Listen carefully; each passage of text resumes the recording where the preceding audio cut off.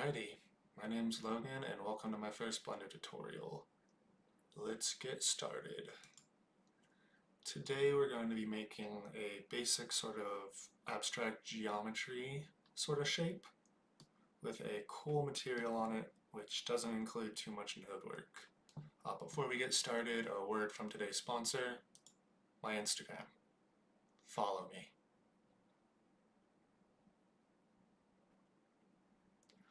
Alright, let's get started.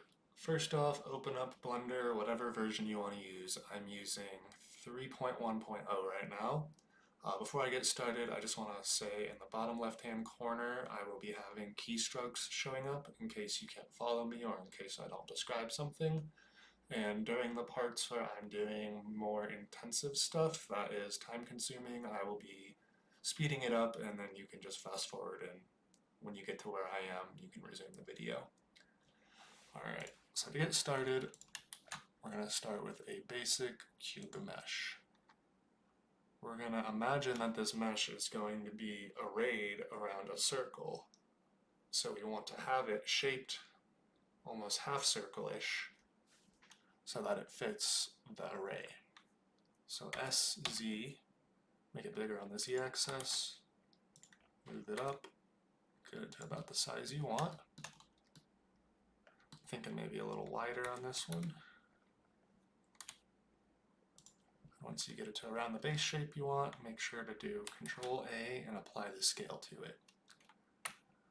We're going to go into edit mode and we're going to add a lot of loop cuts. Control R brings up the cut tool, get it where you want it, if it'll show up, then scroll to get the amount you want. Probably around there to get started, and then right click to lock it in. Now we're going to grab the top face, make sure that we turn on proportional editing up here at the top and that it is on smooth. Once you have it, we're going to size this down. We're going to scroll up so that we get a bigger proportional editing thing. Make it almost leaf shaped.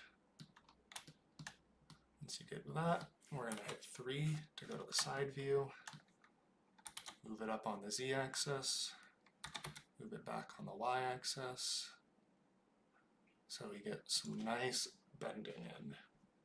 We're going to do the same thing on the bottom, 3 to snap back to the side view, GZ to move it on the Z-axis, make sure the bottom's still selected, size it down a little bit, and then move it back this way.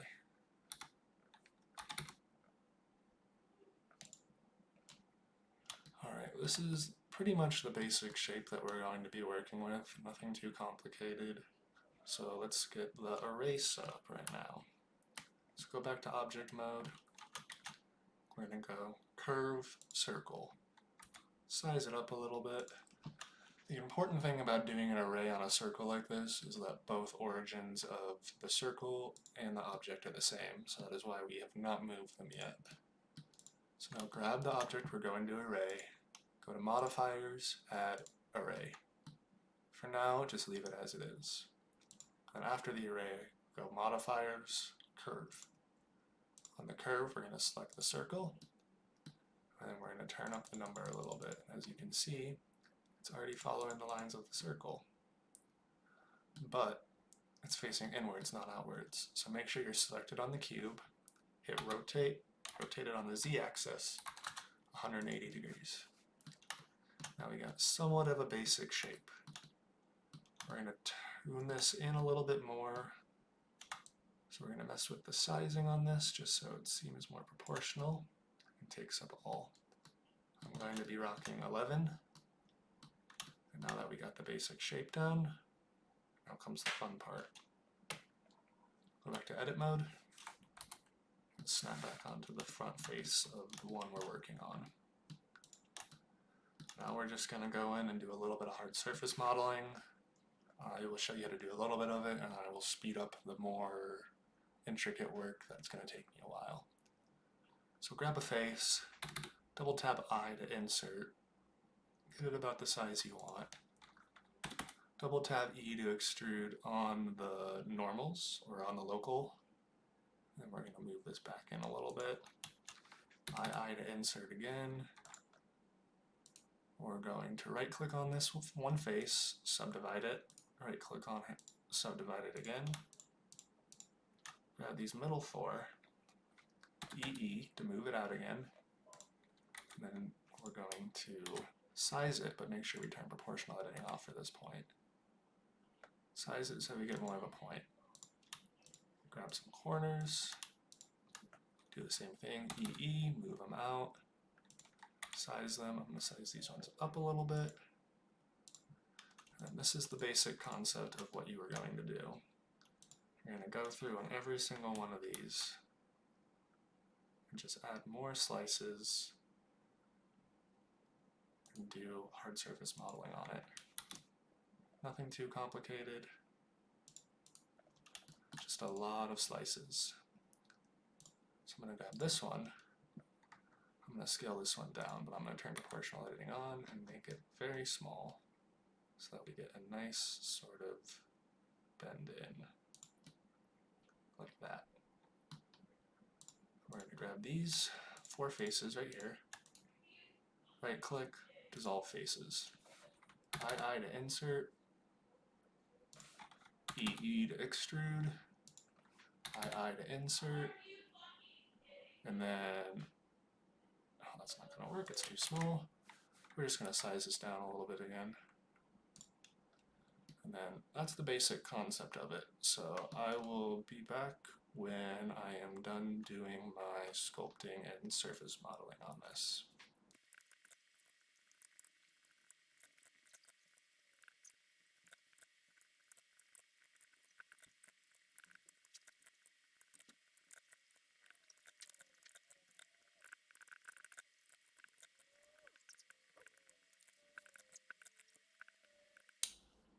Alright, now that we have the basic sort of sculpt done, all the shapes we want, nothing too complicated, just a lot of extrusion and insertion, we're going to go in and add some beveling. Beveling is very important when you do stuff like this because it makes it look a lot more organic and a lot more smooth. So we're going to select this whole edge loop by holding down Alt and clicking on it. And then to bevel, you hit Control B. Move it in and scroll for the amount of times you want beveled. We're only going to go about 3 on this one. Then we're going to repeat the process on some more of these, just to give it a little bit more smoothness. Hold down Shift when you're clicking Alt to select stuff if it does not select it right away.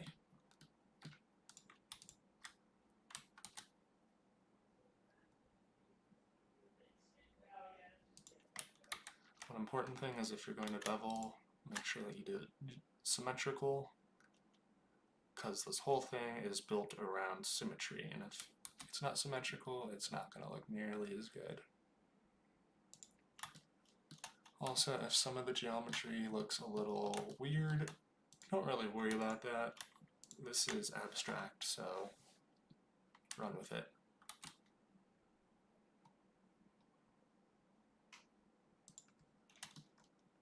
Add a little beveling on the parts that stick out too, just to make everything a little smoother. Make it look a lot better in the long run.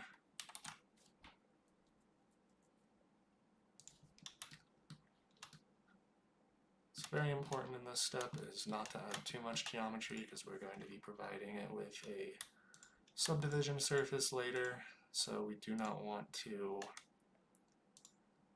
add too much geometry before we subdivide it, because then there will be way too much geometry for it to handle.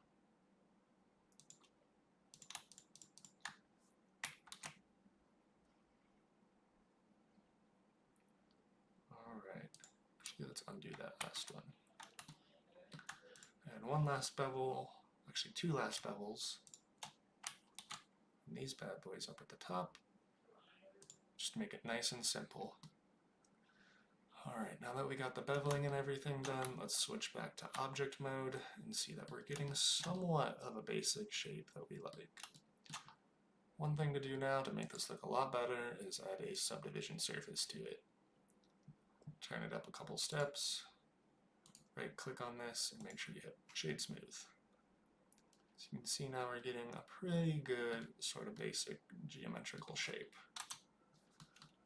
Now we're going to grab the Bezier curve that we're using to control it and mess around with the sizing until we get something more along the lines of what we were going for.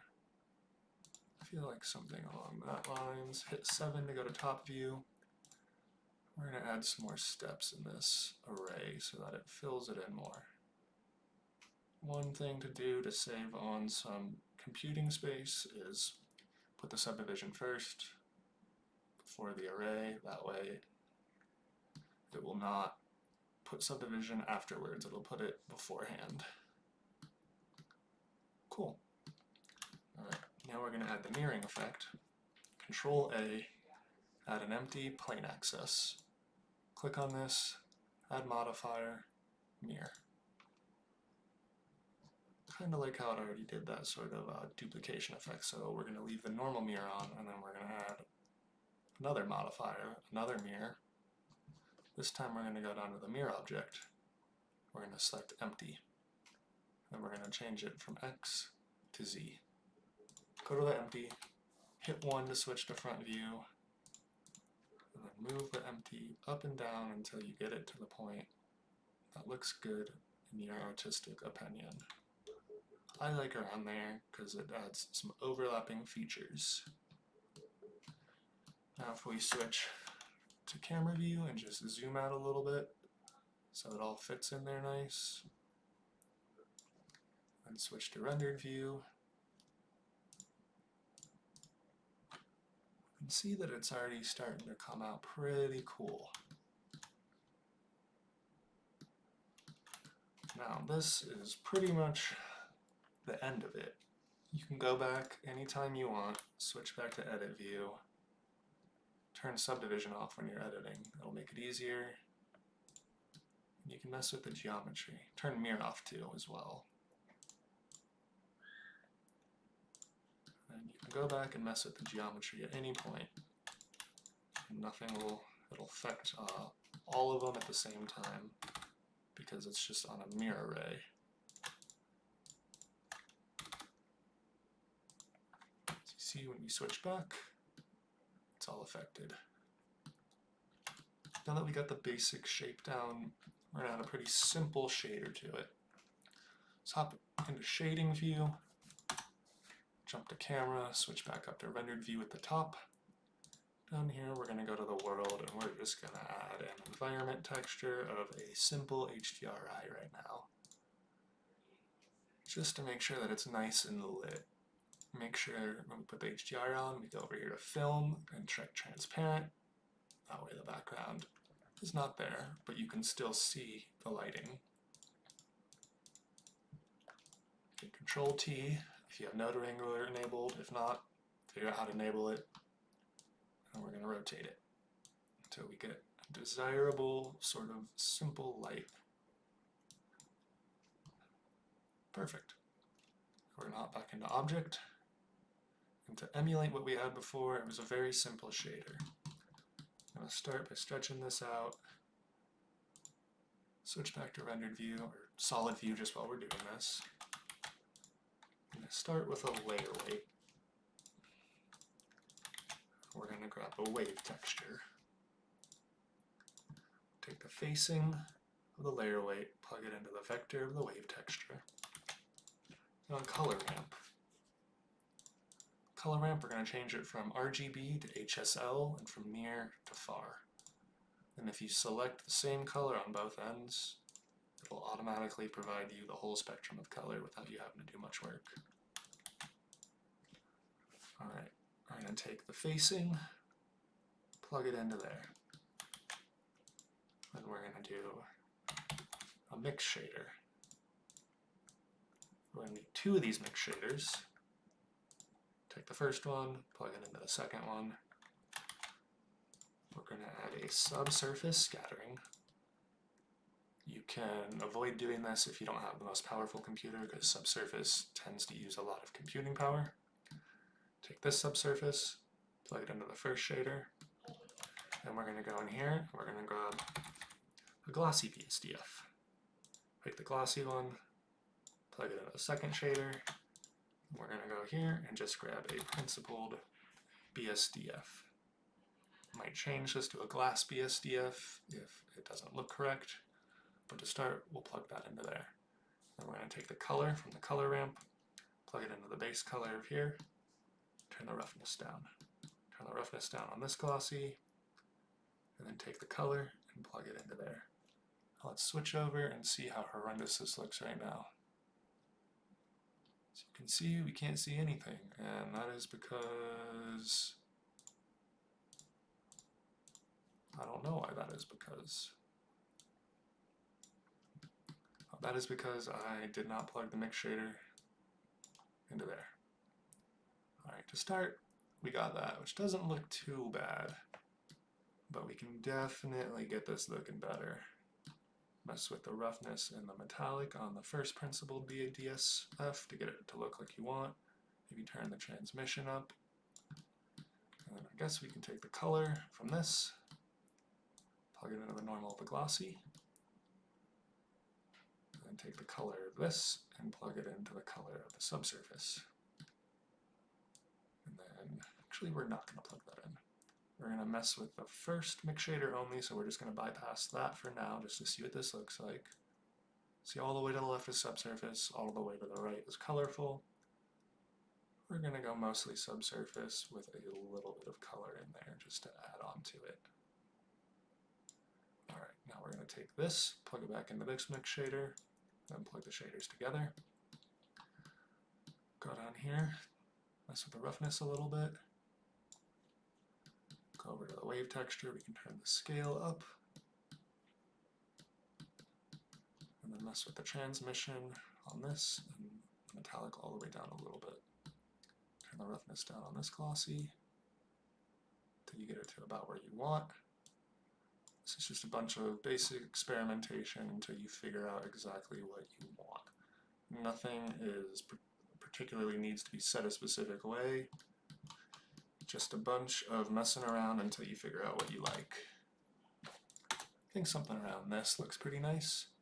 Obviously messing with the lighting and everything will cause it to look a lot different. For example, let's just go back to the HDRI and throw a completely different HDRI on there.